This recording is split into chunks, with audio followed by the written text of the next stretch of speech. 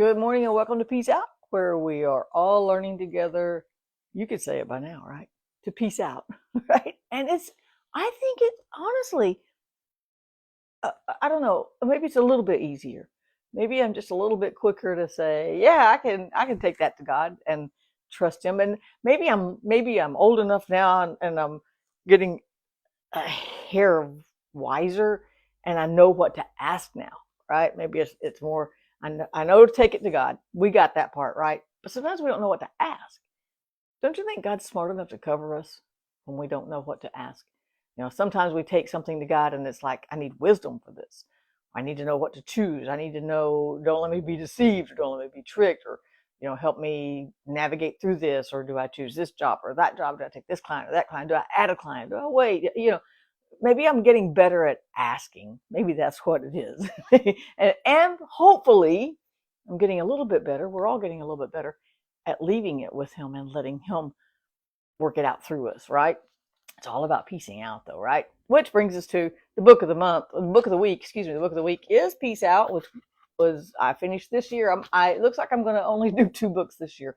I'm going to regroup and I am working on 2 other books too, but I'm going to be able to finish Command Your Morning by the end of the year. I'm 99% sure of that. And this one I did do earlier this year. So, but that's better than 0, right? Anyway, but this one is Peace Out is the scriptures we talk about here. They're almost all of them have to do with peace out.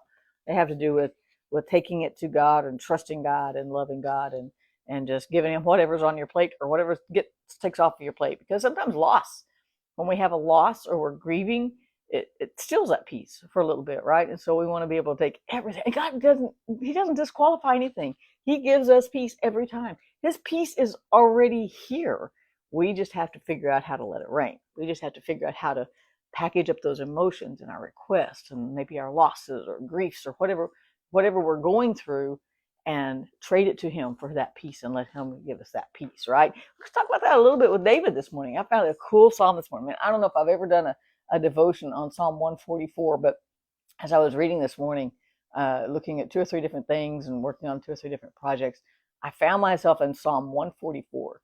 And I was like, I really like this. Actually, the last part of this psalm, I'm going to read again when this is done, and it's going to be my meditation all day. The last part of the psalm was just a beautiful prayer for God's blessing in his life and over his children and things like that. And I was like, wow. So I'm going to dissect that in my own personal time, but we don't have that long because I could go. I could take this psalm. I could go for an hour, hour and a half.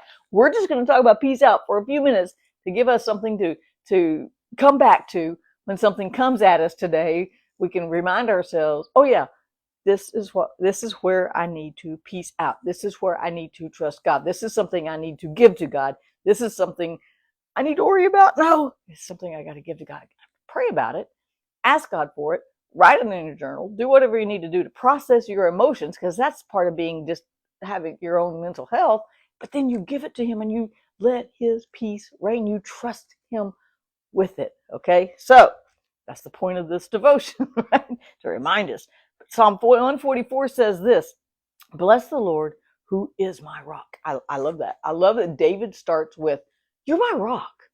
I just love you, God. It's kind of like he starts out, most of his Psalms, he starts somewhere in his Psalm, he almost always says who God is to him, who he's trusting God to be today. Because God can be a comforting mother to us.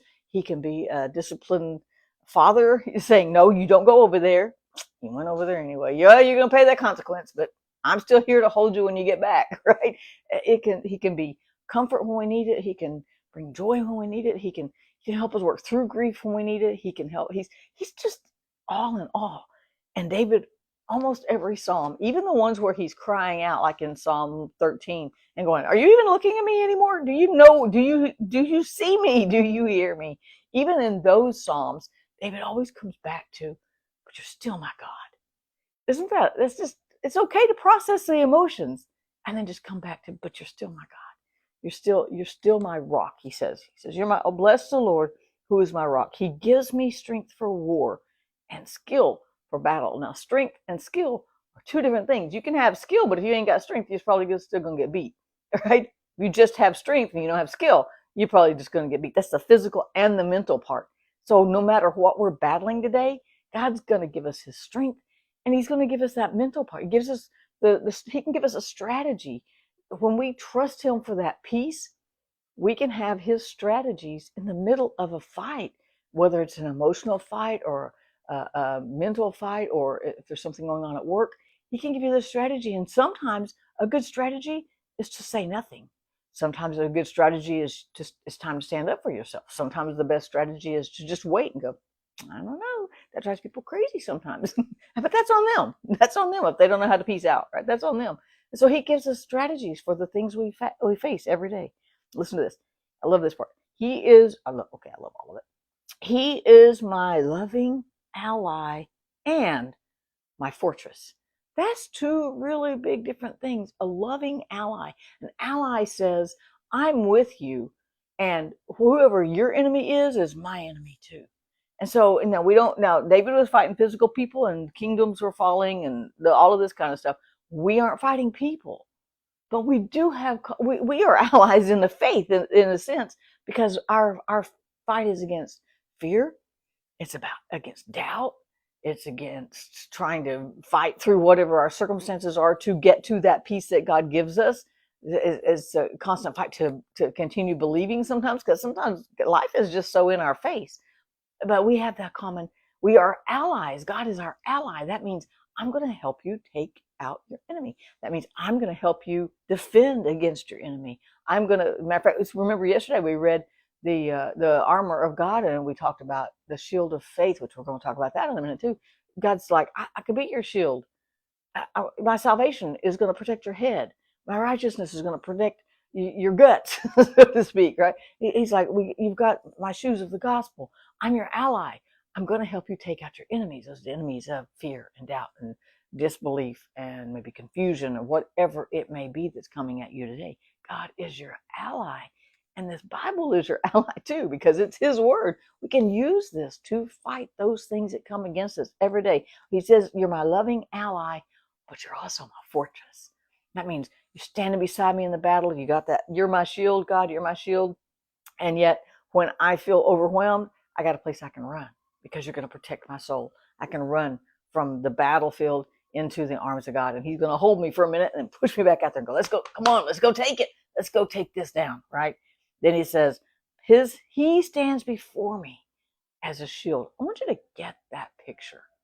Think about that, use your imagination, right? And think about, you're on the battlefield and God is in front of you as a shield.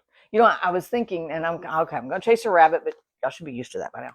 But I was thinking about people in the Bible who had to stand alone. Have you ever felt like you're just standing alone?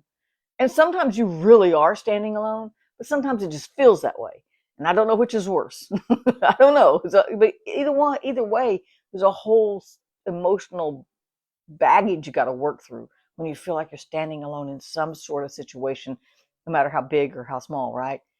But God was I thought of David, how he was standing alone at Goliath. Nobody came out and said, why didn't they all just go, let's just take this, let's all go. Why were they listening to him for the guidelines? This is how we're going to fight. Why didn't they say, I don't want to fight that way. Let's just take you out. We don't have to worry about this anymore. But they didn't. David stood alone in that field with everybody peering, shaking in fear, wondering what was going to happen, right? Keeping their distance. I thought of Samson, who stood alone and fulfilled what God said about him, even though he went through hell to get there. But he stood alone as he pushed out. He said, God, give me strength one more time. And he put out his hands and he pushed on those pillars, and that came down, and he killed more in his death and in that moment than he did all this time. And he wiped out. It was just a massive, massive win for the nation, right? But he was alone. Thought of Daniel being alone in the lion's den. When you are standing alone, God is your shield. See, David wasn't worried about Goliath's shield, because he said right here, you are my shield. So when he was standing there and he saw Goliath, he's like, God's between us. That giant can't get to me unless God goes, okay, go ahead. He knew God was his shield. He knew God was his protector. God protects our soul. And when we go about our day, he is a shield. Actually, there's one scripture that says, you are a shield about me. all the way around. You've got me behind, you've got me before, you've got me on the sides. Our loving ally and fortress is a shield around us, no matter what comes at us today, to give us that strength to face it, right? Let's see. He stands before me as a shield, and I take refuge in him. And that's the key. I take refuge in him. I run to him. He's there. God is always present. He's always available. He's always with us. It's up to us to seek him as a refuge. He's always like, where are you going? I'm right here. Why are you going to go do that? I'm right here. Where are you going? What?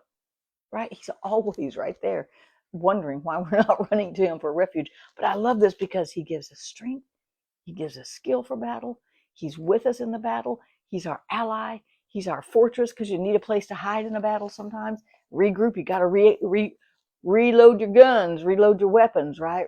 Maybe back then they sharpened their spears and they got their arrows ready. You had to run back and refresh and get everything ready to go back into the battle. That's what this word right here does for us. It's our refresher, getting us ready for the next battle. We can take that refuge, stay in that fortress, take God's peace, take God's strength, remind ourselves that he's our rock, that he's our ally, and then we load up with the word, build up our faith, our own shield of faith. We build up our faith, and then we go back to that battle. But we're not standing there alone. God is our shield. He is our ally. He's fighting the same enemies. He's equipping us and empowering us to fight the enemies that come at us every day. And because he's our ally and our fortress and our rock and our shield in just these 3 verses, that's pretty cool. He's all that and a bag of chips. That's why we can peace out. Peace out. God's got you. I'll see you again bright and early Monday morning.